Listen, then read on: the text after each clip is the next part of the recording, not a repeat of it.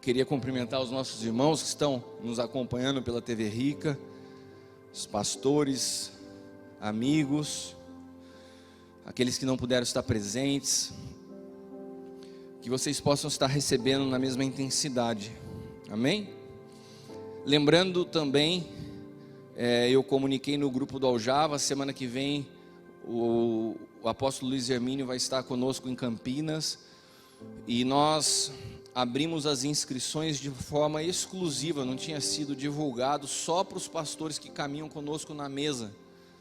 Não sei quantos de vocês fizeram suas inscrições, mas vai ser terça, quarta e quinta, nós vamos estar indo num grupo de pessoas para cá, vamos ter um tempo de comunhão, um tempo de ministração.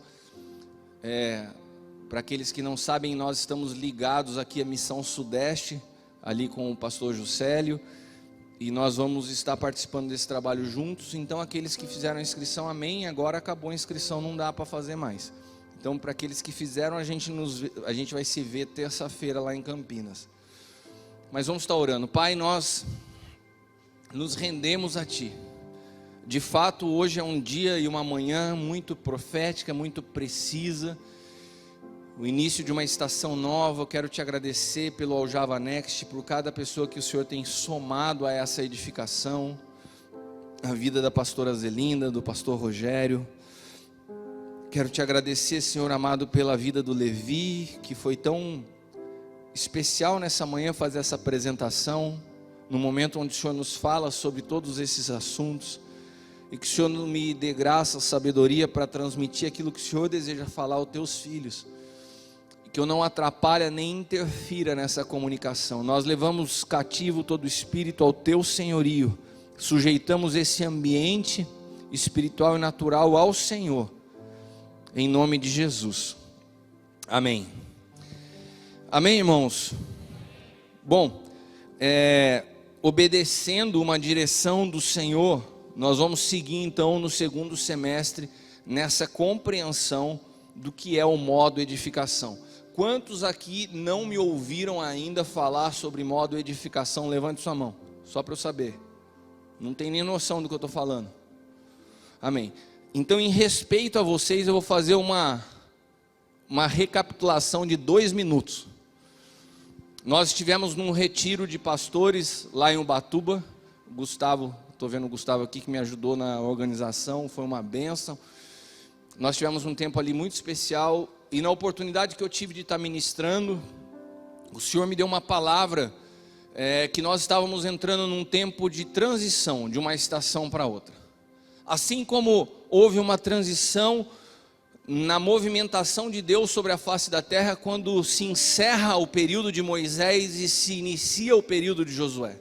Moisés era um homem que não sabia lidar com a estrutura familiar, ele era um péssimo pai, ele não tinha entendimento do que era ser filho, ele foi um péssimo marido, mas ele foi útil para Deus no momento da história.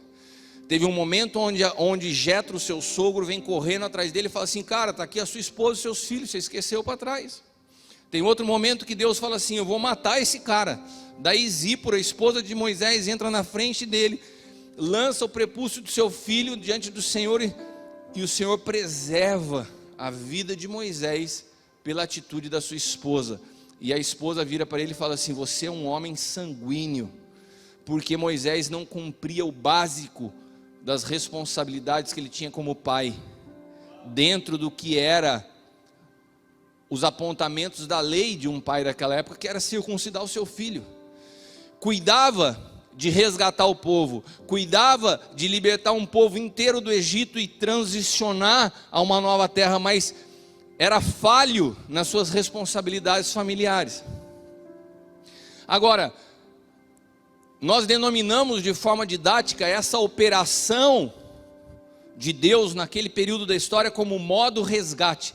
Deus estava atuando no modo resgate, Deus estava resgatando um povo. E quando Deus opera no modo resgate, Deus faz algumas concessões. Deus tolera algumas coisas, porque o modo resgate, ele opera numa jurisdição diferente do modo edificação. O que é o modo edificação? O modo edificação é o início da história de Josué. quando se chega numa nova terra, onde se começa não mais a viver de uma provisão de um maná, mas você precisa plantar para colher, você precisa construir, você precisa, aquele povo que saiu perdido, escravo, sem identidade, precisa começar a construir uma cultura. Então Deus começa, a partir daquele povo, estabelecer uma cultura, um pensamento, uma identidade. Deus começa a edificar algo. E no modo edificação, Deus não tolera as coisas que tolera no modo resgate.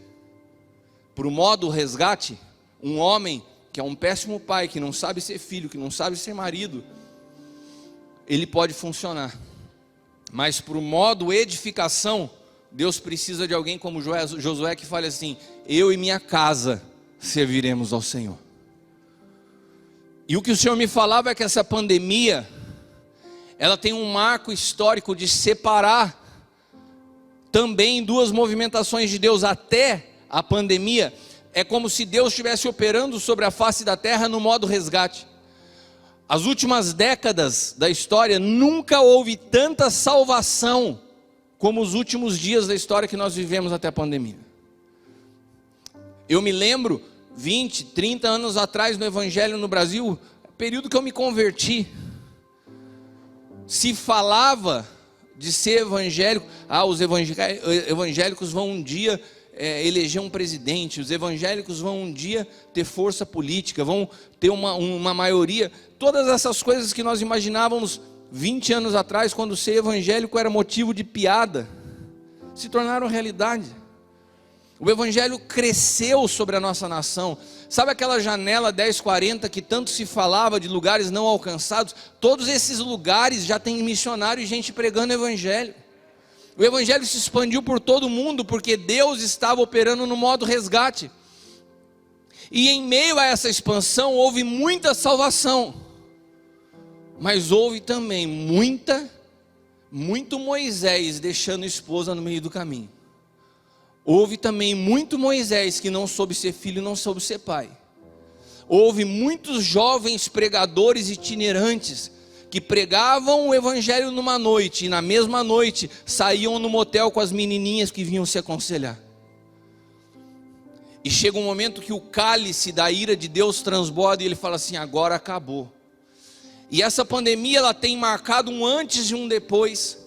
E se nós conseguimos discernir as estações, é como se agora iniciasse um período de edificação, onde algumas coisas não serão mais suportadas.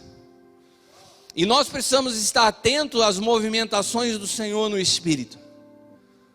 Deus não precisa de homens cheios de ímpeto, de vontade, mas que não saibam se sujeitar.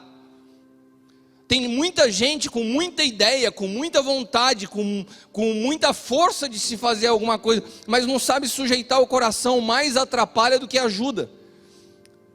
Josué foi um cara que foi habilitado a fazer o que fez, porque se sujeitou como filho a Moisés, porque foi fiel até o último dia, na operação de Moisés. Josué não começou a carreira dele ministerial quando inaugurou o modo edificação, ele caminhou sobre o modo resgate, como coadjuvante, sabendo servir, sabendo que muitas vezes Moisés estava agindo errado, mas não era o tempo dele de falar: olha, não é assim.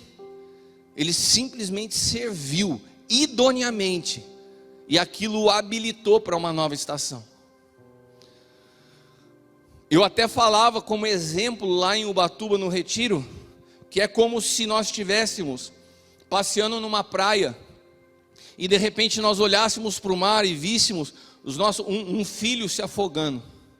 E de repente naquelas ondas enormes você vê seu filho se afogando e você fala: cara, como que eu entro lá para salvar ele? E bate aquele desespero, e você olha para a praia e tem um hotel. E aquele hotel todo de vidro está fechado, mas dentro do hotel tem um caiaque. E você vai, quebra a porta daquele hotel, rouba, arranca o caiaque que está lá dentro, entra no mar e resgata o teu filho. Quando você sai do mar com o teu filho, as pessoas que estão na praia te aplaudem. Os jornais na cidade falam assim: pai corajoso arrisca sua vida e salva seu filho. Uau, que resgate. Agora imagina a mesma cena, você está caminhando com o teu filho, agora ele não está no mar se afogando, ele está do teu lado, caminhando sobre a praia, e de repente ele vira para você e fala assim: pô pai, queria muito aprender a andar de caiaque. E daí você fala: caramba meu, não tem nenhum caiaque aqui. Mas daí você olha para a praia, tem aquele mesmo hotel, com a porta de vidro e o caiaque lá dentro sorrindo para você. Daí você vai, quebra o hotel, rouba o caiaque, para ensinar o seu filho a andar de caiaque. E você vai para o mar e desfrutam daquele momento de edificação, de ensino.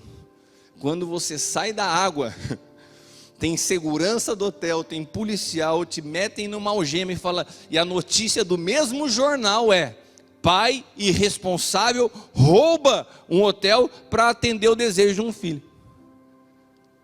O que eu quero dizer com esses dois exemplos? A mesma cena é tolerada no modo resgate, mas já não é mais tolerada quando se entra num tempo de edificação.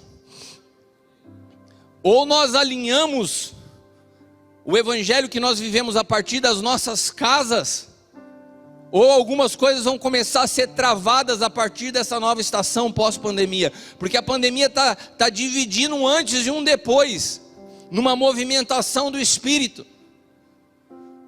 Porque por muitos anos Deus veio operando em resgate. Eu sempre uso o exemplo do apóstolo Luiz Hermínio. O apóstolo Luiz Hermínio para mim é uma referência do que Deus levantou nessa nação para resgatar, para destruir, para arrancar, para derrubar muita religiosidade. Quantos pastores que caminham hoje comigo chegaram até mim após ouvir uma palavra do apóstolo Luiz Hermínio, que desconstruiu a religiosidade que tinham. E o Luiz operou num tempo onde Deus estava operando no modo resgate. E conversando até com o Juscelio sobre isso, a gente falava, esse trabalho de estabelecer as mesas regionais tem um objetivo. É porque muitos dos homens e mulheres que foram desconstruídos nesse período, ficaram críticos à religião, mas não souberam edificar nada. Daí o cara fica crítico à instituição, crítico à organização, crítico à denominação, mas não sabe edificar. Então enquanto Deus levanta alguns que vêm à frente, derrubando, desconstruindo, destruindo, Deus levanta outros que vêm atrás, edificando. Nós estamos entrando num tempo de edificação. E por isso, Deus está requerendo de mim inclusive um cuidado maior em como deixar de forma pedagógica elementos para que todos nós possamos olhar e entender como edificar. Amém?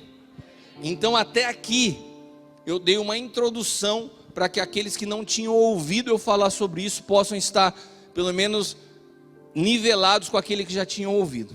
Tá claro o que é modo edificação, modo resgate? Beleza. Então nesse segundo semestre nós vamos dar início a essa construção do modo edificação. E nós vamos iniciar nessa manhã, hoje, a primeira etapa da edificação. Qual é a primeira etapa da edificação? Alguém pode arriscar? Alguém falou os alicerces. Quantos concordam que é os alicerces?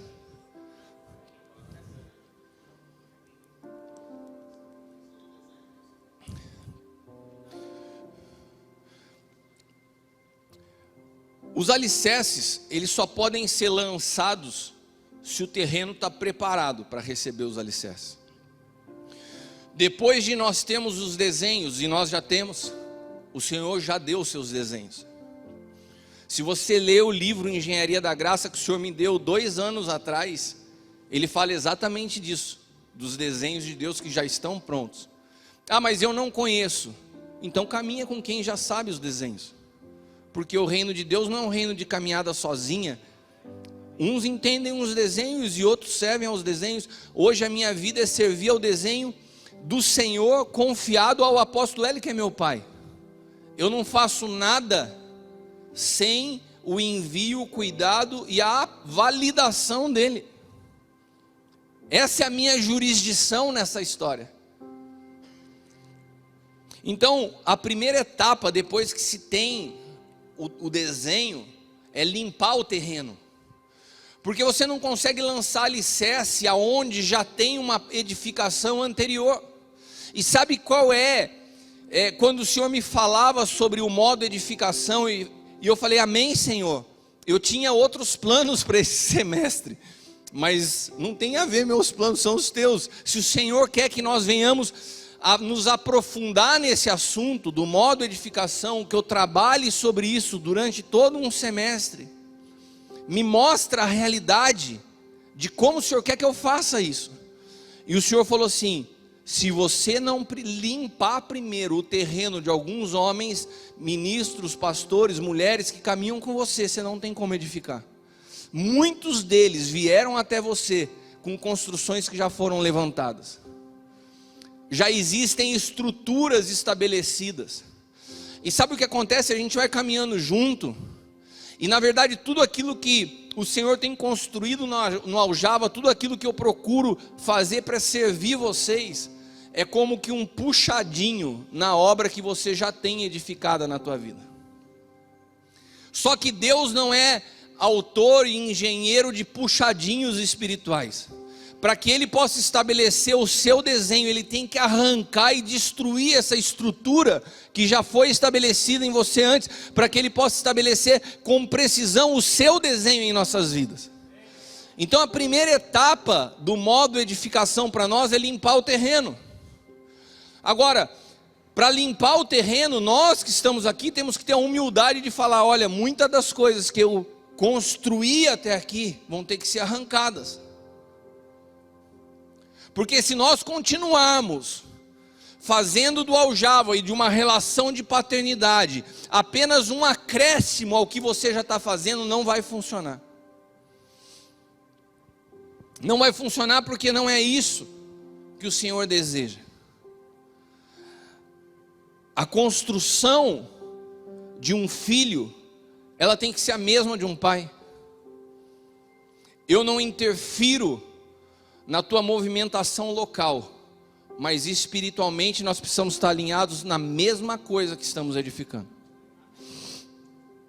Josué capítulo 1, versículo 7.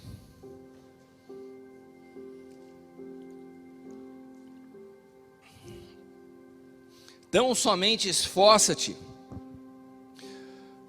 Os versículos que estão sendo colocados ali no Data Show, eles já são versículos do material que nós preparamos, e eu vou mandar para vocês no WhatsApp do grupo do Aljava. Eu acabando aqui do púlpito, eu ainda mando para vocês. Vocês vão receber todo o esboço já diagramado da mensagem de hoje, porque se vocês pegarem o meu esboço, pessoal, vocês não vão entender nada. Então eu peguei o meu esboço, sujeitei ao Léo, ao Maicon, que trabalha com a gente na multimídia, e eles já diagramaram para mandar para todos vocês. Então diz assim a palavra: tão somente esforça-te e tem muito bom ânimo, para teres o cuidado de fazer conforme toda a lei que meu servo Moisés te ordenou. Dela não te desvies nem para a direita nem para a esquerda, para que prudentemente te conduzas por onde quer que andares. Amém? Amém, irmãos? Aqui o Senhor deixou uma instrução clara a Josué. E como ele precisava ser bem sucedido nessa missão. Qual era a direção que ele deu para que ele pudesse ser bem sucedido nessa missão? Deus fala assim para Josué: faça tudo exatamente conforme a minha lei. Amém? Não é amém? Você está vendo como você está distraído e você não está ouvindo o que eu estou falando? Deus não falou para Josué: faça conforme exatamente o que está na minha lei. O que eu acho incrível é que Deus fala com Josué: faça exatamente conforme a lei que eu dei a Moisés. Deus é um Deus tão incrível que eu olho muitas vezes na minha relação com o apóstolo Hélio e vejo muito Deus na maneira como ele se movimenta, porque ele é o pai da casa, ele tem autoridade na casa Mas quando se trata de ambientes onde delega autoridade, ele se sujeita à autoridade que ele delegou. Então nós vamos tomar uma decisão na diretoria, se nós não temos concordância, ainda que Deus já tenha falado com ele, ele não se move. Se vai acontecer algo no aljava, ele é o pai da casa, ele tem autoridade sobre a minha vida. Ao invés dele interferir e modificar, ele fala assim, não, veja primeiro com o apóstolo Cristiano. Porque ele entende um protocolo divino. O próprio Deus fala para Josué, você tem que fazer exatamente conforme o que foi instruído a Moisés. Tipo assim, Deus está falando para Josué, não vem com essa de falar assim, agora o negócio é comigo. Agora eu estou começando, agora eu vou fazer, agora eu tenho um desenho, agora eu tenho a direção. Não, você só vai ser bem sucedido se você conseguir dar sequência a toda a instrução que foi dada ao teu pai.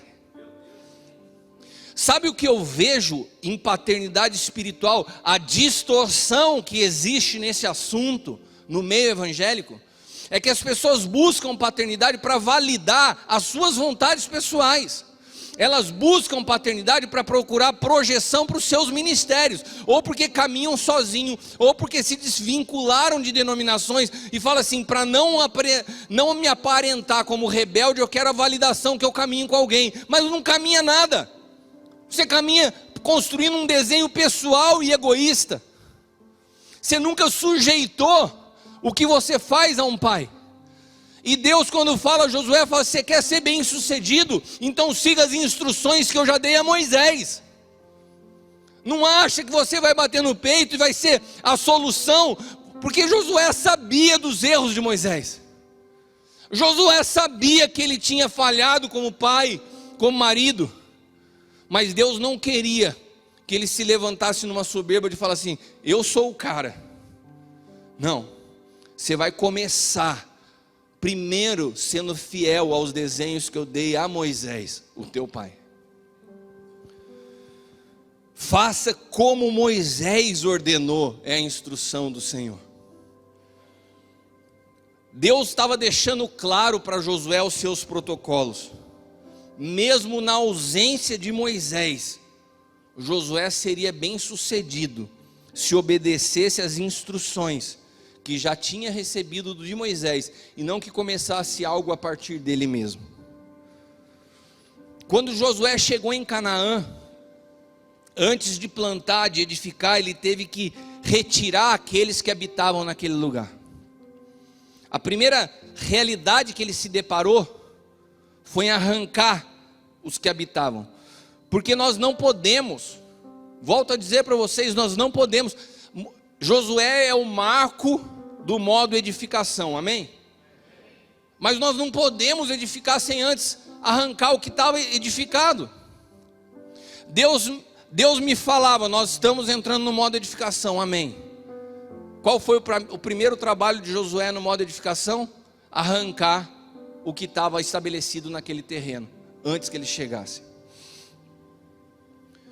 Muitos de nós, preste atenção, principalmente você que caminha comigo como filho, muitos de nós temos dificuldade com sujeição,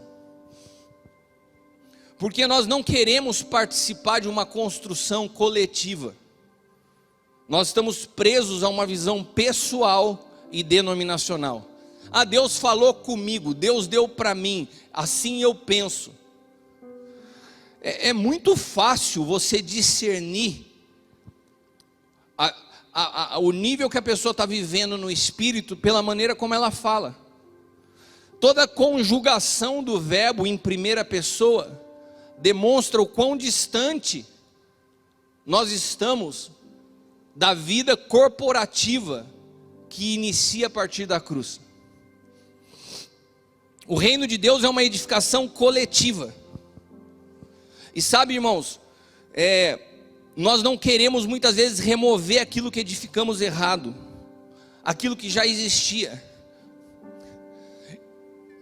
Vocês já ouviram falar, com certeza já ouviram, em personal trainer, sim ou não? Tem tudo de personal agora, né? Tem personal trainer, tem personal stylist. Eu acho que essa geração está buscando um personal dad. É um pai pessoal. Eu quero o cara que me atenda, eu quero o cara que me visite, eu quero o cara que quando eu tenha uma conferência venha pregar na minha igreja. Eu quero um pai pessoal, eu quero alguém para atender os meus anseios. Paternidade espiritual não é isso. Paternidade espiritual não é um homem suprindo carência de um monte de gente carente. Paternidade espiritual não é alguém atendendo a agenda da sua igreja local. Isso não é paternidade espiritual. Alguém para consultar as nossas dúvidas. Eu tenho dúvida de como resolver essa situação, de como lidar com esse aconselhamento, mas não interfira na minha movimentação. Eu quero só ter acesso a você quando eu tiver dúvida. Quando eu não tiver dúvida, não se mete na minha vida. Isso não é paternidade espiritual. Isso não tem nada a ver com paternidade espiritual. O reino de Deus é uma edificação coletiva. E a maior oposição a essa manifestação do reino de Deus em nós se chama individualismo. É entender o evangelho de forma individual, egoísta, pessoal. Se toda movimentação sua nasce em você, é porque você ainda não entendeu. A gente às vezes troca o hardware, mas continuamos com o mesmo sistema operacional interno. Então você troca a roupagem, você troca o linguajar. Hoje você fala de novo pacto, hoje você fala de 5 ministérios, você não usa mais aquele terno e a gravata vinho que você usava para pregar. Quantos já usaram terno vinho para pregar? Meu irmão, nada contra o terno vinho, mas é muito cafona. Se você tem terno vinho, eu vou te dar uma dica: joga fora ou dá de presente para alguém, né? Mas eu tive uma época que eu tinha que pregar de terno e gravata. Eu tinha uma época que para subir no púlpito eu tinha que estar de terno e gravata. Agora, o que adianta eu tirar o terno e gravata, pôr um boné, subir no púlpito, se dentro de mim não houve transformação? Nada. É futilidade. É querer mostrar uma modificação externa que não está ancorada numa transformação genuína interna. E eu vejo pessoas buscando paternidade como quem busca um mentor, alguém capacitado para ensinar aquilo que eu não sei, para certificar meu ministério diante dos homens. Não, paternidade é o sistema de governo de Deus. Paternidade é uma maneira que Deus estabeleceu para que todo homem tenha sempre o seu coração sujeito a alguém, porque isso nos protege. É a maneira que Deus escolheu para tocar uma geração a outra. Como que de uma geração eu continuo uma obra para a próxima? Senão fica igual obra de político. Você já viu como que é obra de político? O cara começa a construir uma ponte no seu mandato, não conseguiu terminar, entra um próximo no partido oposto, o que ele faz? Deixa essa ponte lá. Eu vou terminar essa ponte para dar moral para o cara que veio antes de mim? Agora, quando se trata de um filho tem no seu coração o quê? Cara, eu quero dar sequência ao que meu pai começou. Então você percebe quando você está entendendo um pouco de paternidade espiritual, quando você consegue entender que você tem que dar sequência a um legado, você não tem que começar nada a partir de você. Nós somos produtivos e efetivos com Deus quando sabemos nos sujeitar ao que Deus veio fazendo na vida dos nossos pais. Ainda que a sua ideia seja incrível, ainda que você seja super espiritual, ainda que você seja o apóstolo dos apóstolos, o Papa, se você não se sujeita a alguém que veio antes de você, aquilo que você vai edificar vai se restringir a uma geração. A única forma de um legado contribuir com a obra de Deus na eternidade é que ele aconteça de pai para filho. Filhos que são emancipados e se tornam pais e reproduzem a mesma coisa, de pai para filho. E assim a obra de Deus vai avançando. Então qual é o maior opositor a esse avanço? Nosso egoísmo, o nosso individualismo.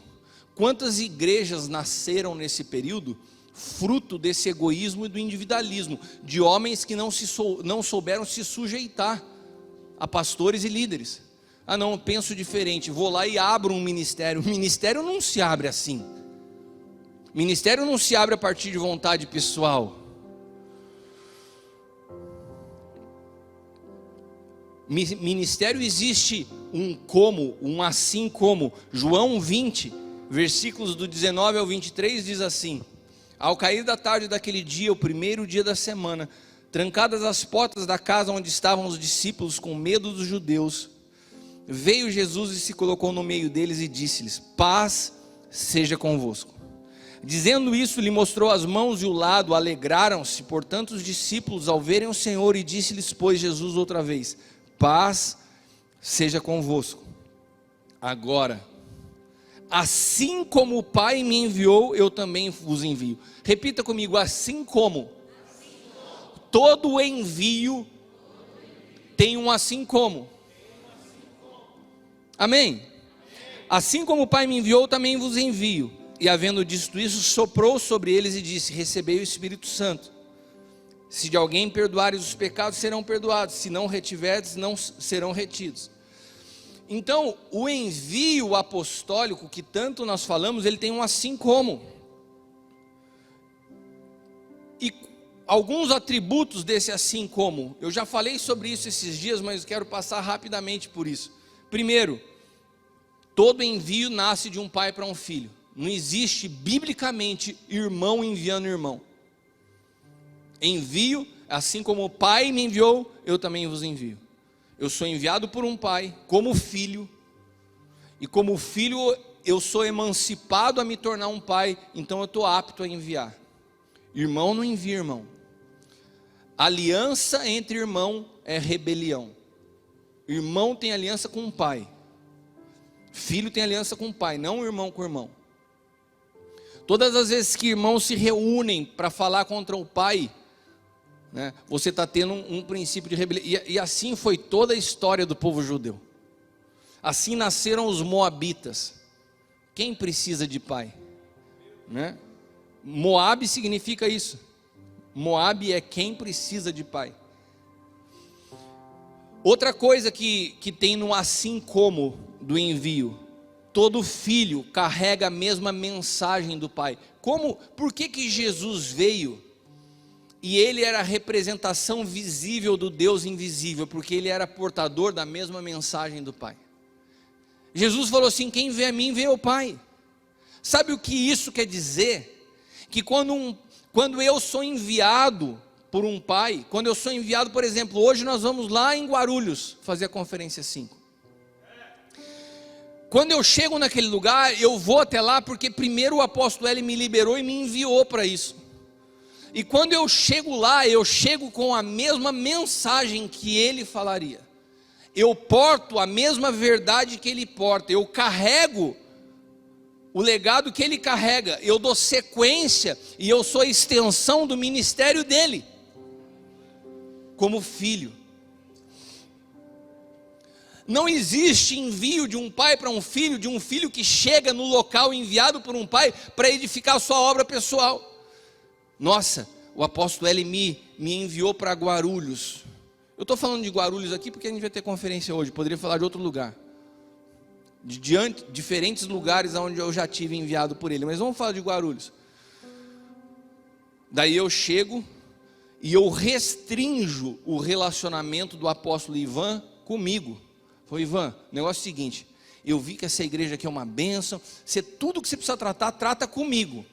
E daí eu começo a ministrar algo a partir de um interesse pessoal e trazer um tipo de relacionamento manipulador para ficar restrito a mim, porque eu tenho interesse nessa relação. Ah, mas eu fui enviado pelo Pai. Não, você não foi. Isso é um envio teórico, porque o envio real, um filho vai com a mesma mensagem do Pai, para cumprir um mandato, e não paro ninguém em mim. Quantos estão entendendo?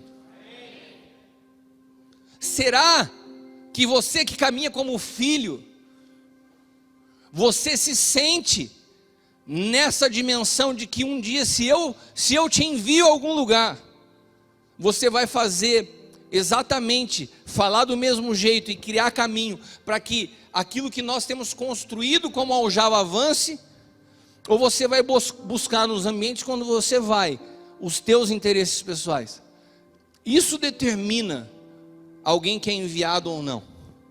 Carrega a mesma mensagem, não tem uma mensagem diferente. Outra coisa, todo filho manifesta a mesma realidade de um pai. Sabe, ontem nesse aniversário do apóstolo Hélio foi bem impactante. Quem ministrou inclusive foi meu irmão, o Tiago. E ele começou a recapitular e relembrar experiências dele pessoais com o apóstolo Hélio ao longo de tantos anos que nós já caminhamos juntos. E no final, o apóstolo Hélio veio aqui à frente e formou um grupo de pessoas para orarem por ele. Eu fiquei lá atrás, quietinho, estava na minha ali com a Leila, né? E eu recebi 2 mensagens ontem à noite, quando acabou. Falou assim: apóstolo, eu estava assistindo o culto pela internet, e quando eu te vi ali no canto, naquela cena, o Senhor falava para mim que você tem herdado a mesma humildade que o apóstolo Hélio carrega. Você não tem a necessidade de ser visto, de aparecer. Você estava ali atrás. E eu fiquei muito feliz quando eu ouvi essa mensagem, porque se tem algo que eu também, diante de tantas pessoas, admiro no apóstolo Hélio, é essa total falta de necessidade de aparecer. Ele passa desapercebido, ele serve sem ser visto, ele chega em ambientes, ele é ouvido por grandes líderes dessa nação, e não faz alvoroço com isso, é simples, é humilde, como Jesus, numa geração que anseia por likes e por visibilidade. E quando essa pessoa me falou isso, eu falei assim: então eu estou no mesmo envio, porque uma das realidades que afirmam que você é enviado por um pai é quando você manifesta a mesma vida, a mesma manifestação. Foi por isso que o pai enviou o filho, porque ele sabia que Jesus estava apto a manifestar as mesmas realidades que ele como pai manifestaria. Jesus, quando faz a oração do Pai Nosso, ele nunca fala assim: olha, Senhor, manda então aí do céu o meu reino. Ele fala assim: venha a nós o vosso reino. É tão incrível a relação de Jesus com o Pai, porque o pai honra o filho o tempo todo. Você vê o pai, a grande paixão, a grande alegria, a grande admiração do pai é o filho. Ele faz toda a criação existir em função do filho. E o filho, tudo que faz para honrar o pai. Não é uma relação de uma sujeição imposta, não é uma relação que traz peso. A paternidade espiritual tem como principal referência a relação do pai e do filho na Trindade. Eu tenho prazer em me sujeitar a um pai que cuida, que me ama e que me lança. E esse pai que cuida, que me lança e que me ama, também tem prazer em me honrar, em me lançar e me enviar, porque eu sou a extensão daquilo que o Senhor tem falado com ele.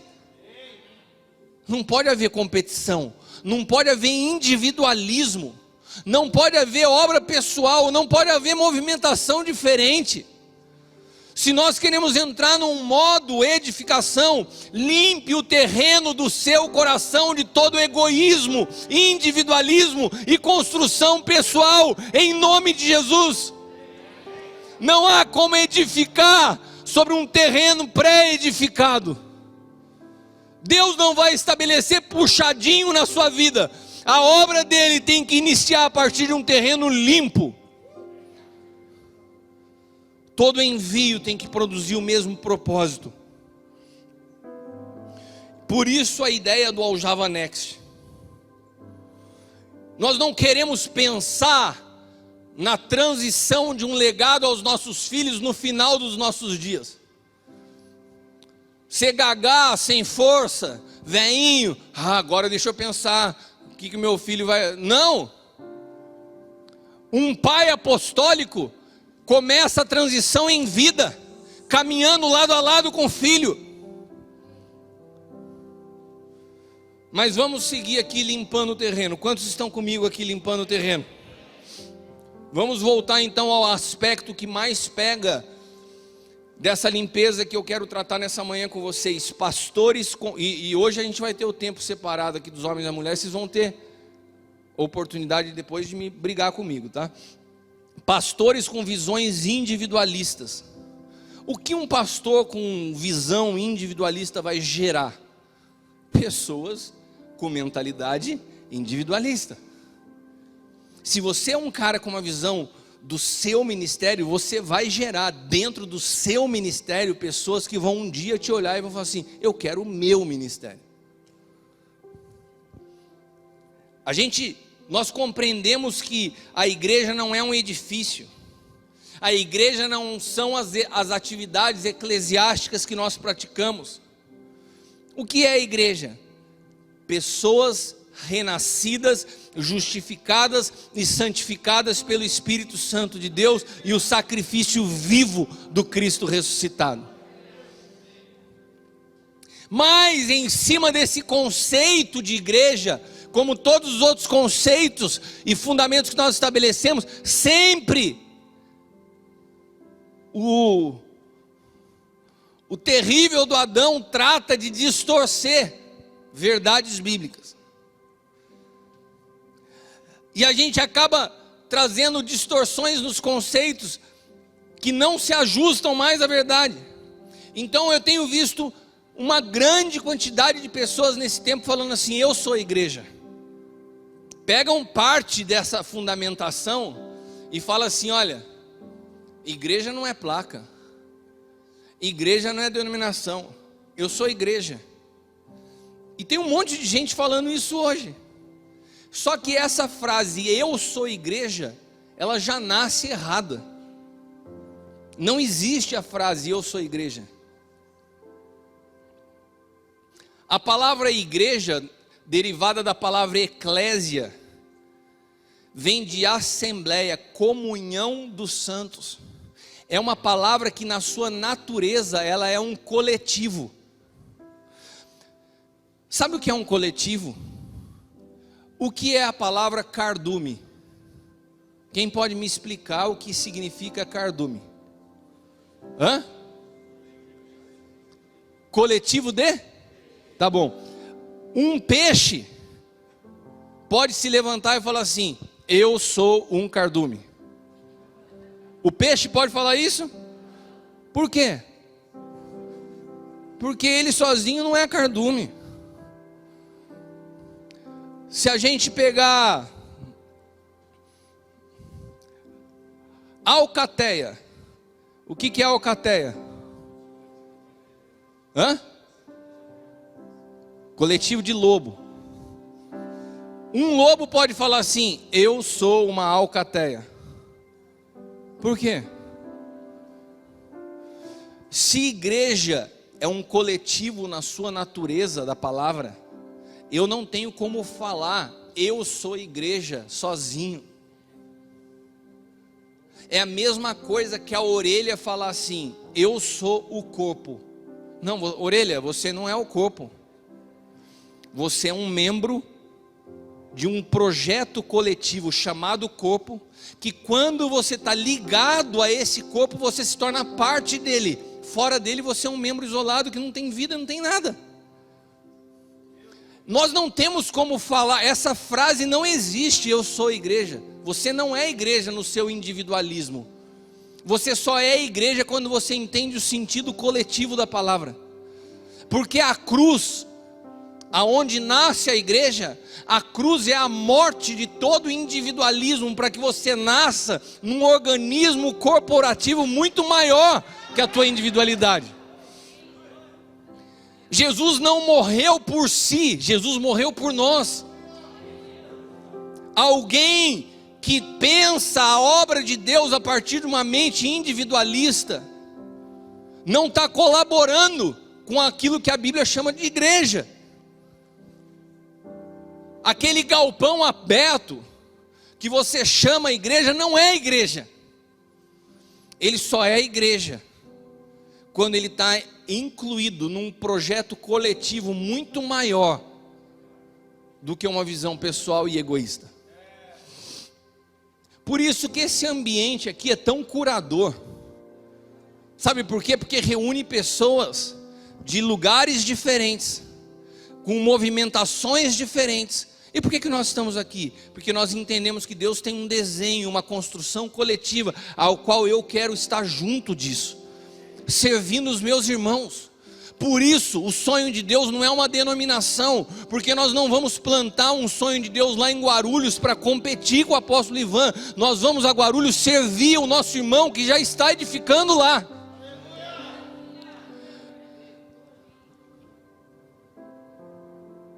Uma palavra que tem na sua essência um caráter plural, não pode ser utilizada de maneira singular. Então nós poderíamos ajustar essa palavra a eu faço parte da igreja. Não mais eu sou igreja, porque sozinho você não é. Toda conotação individualista desaparece quando nós entendemos de fato o que é ser igreja. Desde o início da igreja, quando a gente olha lá para Atos 2:46, a palavra diz que os crentes perseveravam unânimes na comunhão, na oração, na palavra, no partir do pão.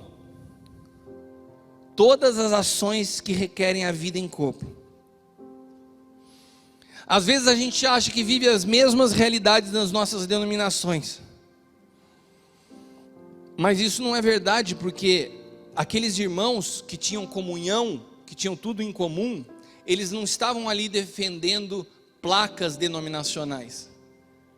Eles cruzavam um com o outro em cidades que iam, falavam, cara, você segue a Cristo? Amém. Hoje nós cruzamos com pessoas e falamos, você é de qual ministério? Você é batista? Você é presbiteriano? Você é sonho de Deus? Você... E parece que a gente vai criando barreiras. E agora, isso eu alerto toda hora. E agora, quando a gente começa a entender um pouquinho do novo pacto, surge o outro problema.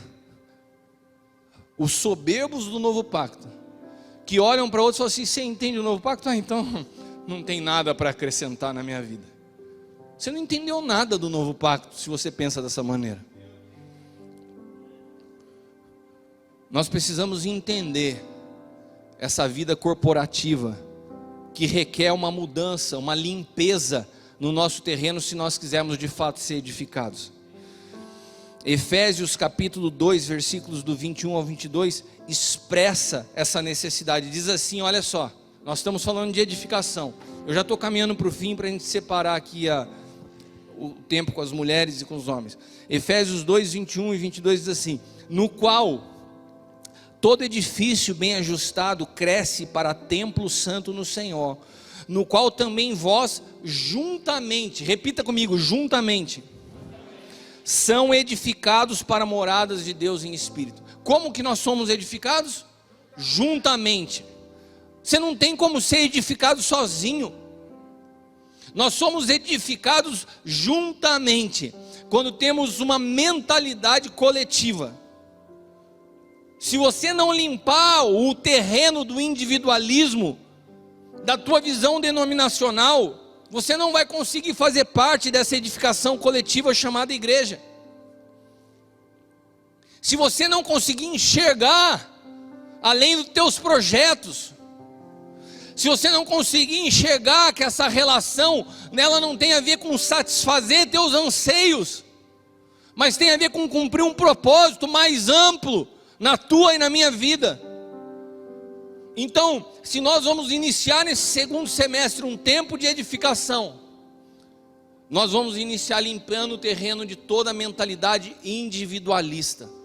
Amém? Essa construção é uma construção coletiva.